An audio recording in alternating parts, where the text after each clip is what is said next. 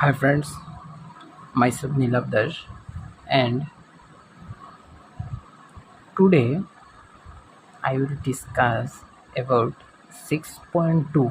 हम लोगों का जो 6.2 का जो मैथ्स है वो हम लोग इस वीडियो में हाफ पार्ट करेंगे और बाकी वीडियो में हाफ पार्ट करेंगे। तो 6.2 शुरू करने से पहले हम लोगों को ये जानना पड़ेगा कि 6.1 का एक थ्योरम है और 6.2 का एक थ्योरम है।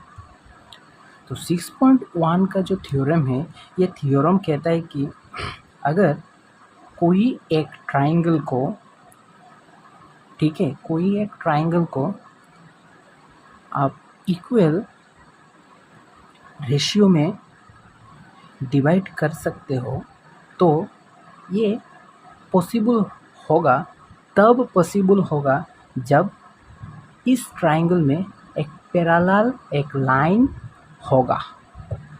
ठीक है, तो उस ट्राइंगल में पैरेलल लाइन कब होगा? जब इस ट्राइंगल को एक लाइन पैरेलल होगा, इस ट्राइंगल के साथ एक लाइन पैरेलल होगा।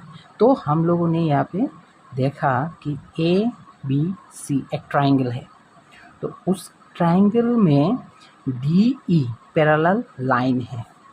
तो डी ई पैरेलल लाइन होने के बाद ये डी ई पूरा ट्राइंगल को दो इक्वल रेशियो में डिवाइड कर सकेगा।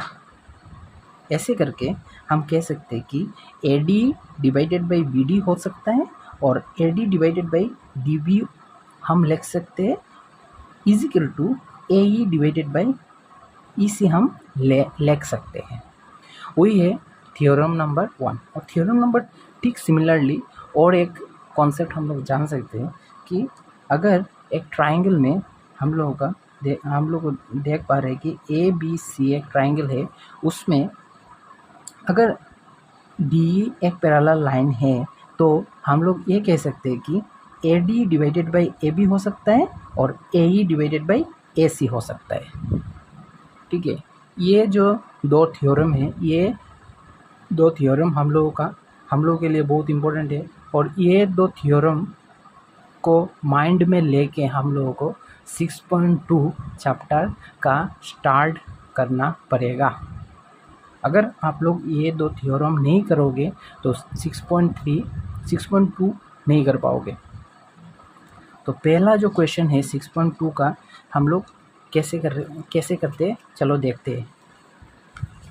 हम लोग का ये बुक में है, ये क्वेश्चन है कि in figure 6.17 1 and 2 DE parallel to BC।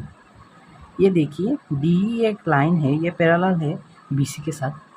तो DE जो लाइन है पैरेलल है BC के साथ, हम थ्योरम में पहले देख चुके हैं कि क्या होता है, AD डिवाइडेड बाई BD होता है is equal to AE divided by EC होता है। ऐसे करके हम लोग कह सकते हैं कि AD डिवाइडेड बाई BD होगा और AE डिवाइडेड बाई EC होगा। तो कैसे करते हैं चलो देखते हैं। फर्स्ट ऑफ ऑल हम लोग को लिखना पड़ेगा गिवन क्या है ये लिखना पड़ेगा।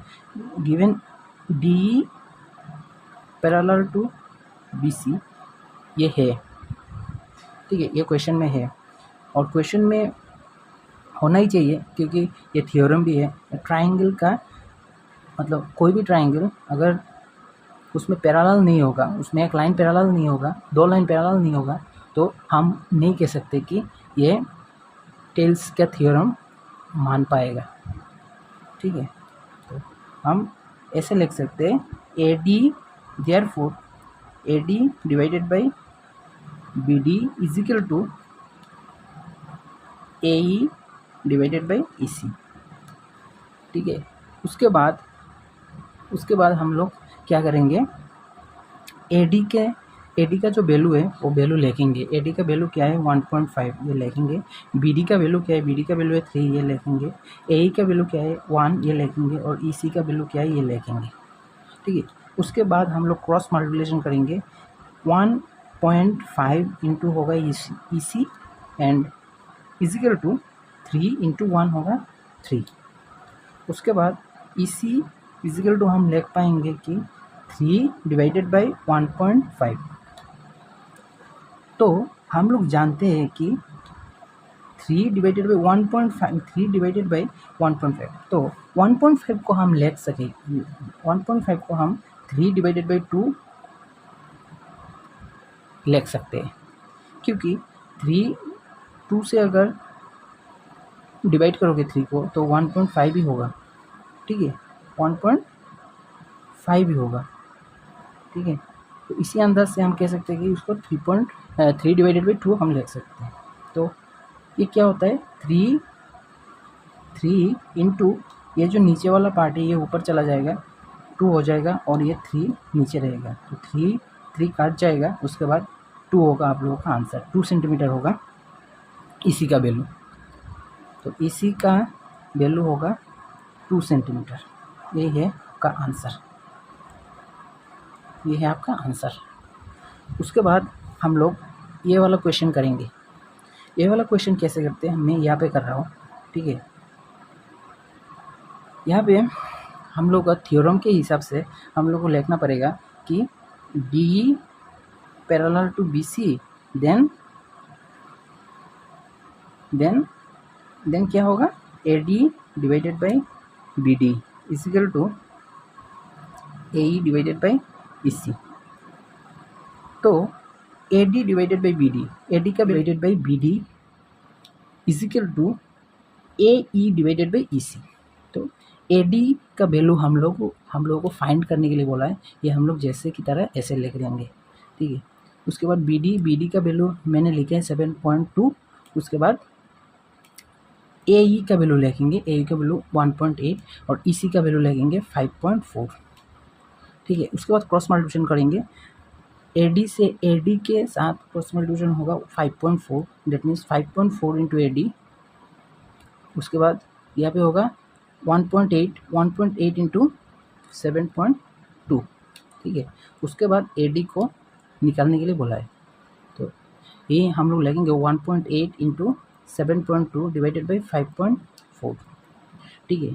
यहाँ पे देखिए, यहाँ पे यूनिट प्लेस है और यहाँ पे टेंस प्लेस है, तो यहाँ पे यूनिट प्लेस के बाद एक पॉइंट आया, यहाँ पे यूनिट प्लेस के बाद एक पॉइंट आया, ठीक है।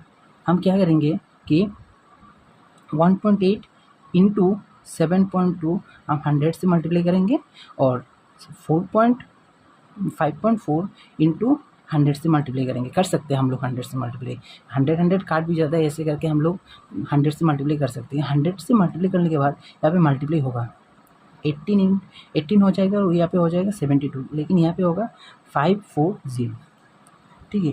तो 540 ये हम यहाँ पे सिंप्लीफाई करेंगे, सिंप्लीफाई करने के बाद आंसर आएगा 2.4 सेंटीमीटर होगा इसका आंसर।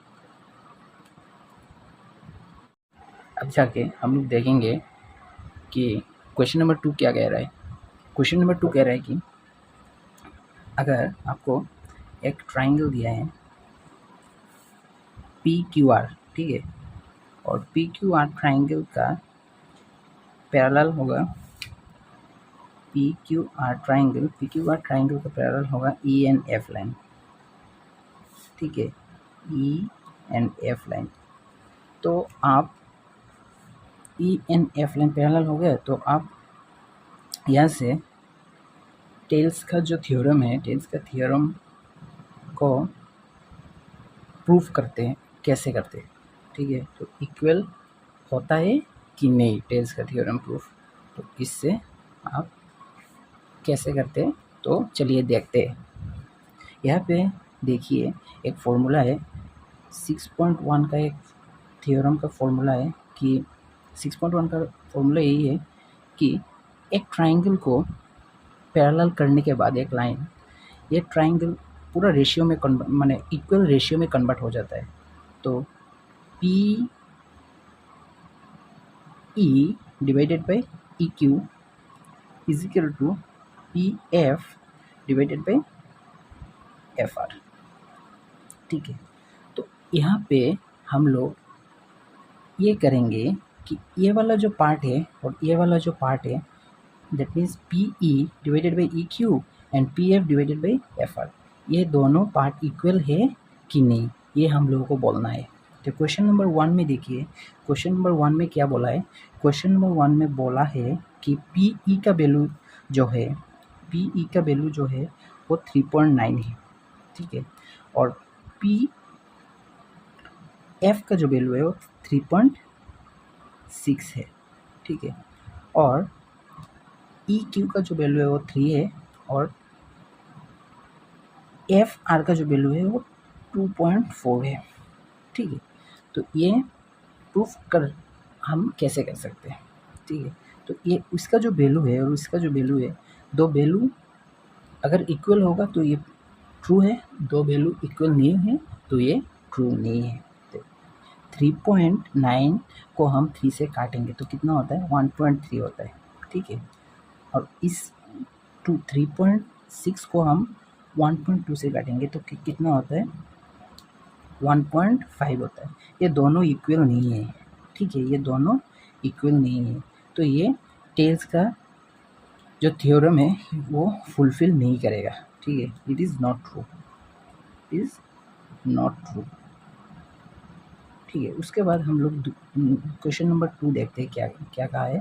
क्वेश्चन नंबर 2 में कहा है, हम लोग का जो थ्योरम है वो ये कि P E divided by E Q and P F divided by F R, ठीक है। ये हम लोग कैसे कर सकते हैं, ये मैं दूसरा प्रोसेस से कर रहा हूँ, ठीक है। मैं पहले पी ई का जो वैल्यू है ये लिखूँगा और ई क्यू का जो वैल्यू है ये लिखूँगा, ठीक है।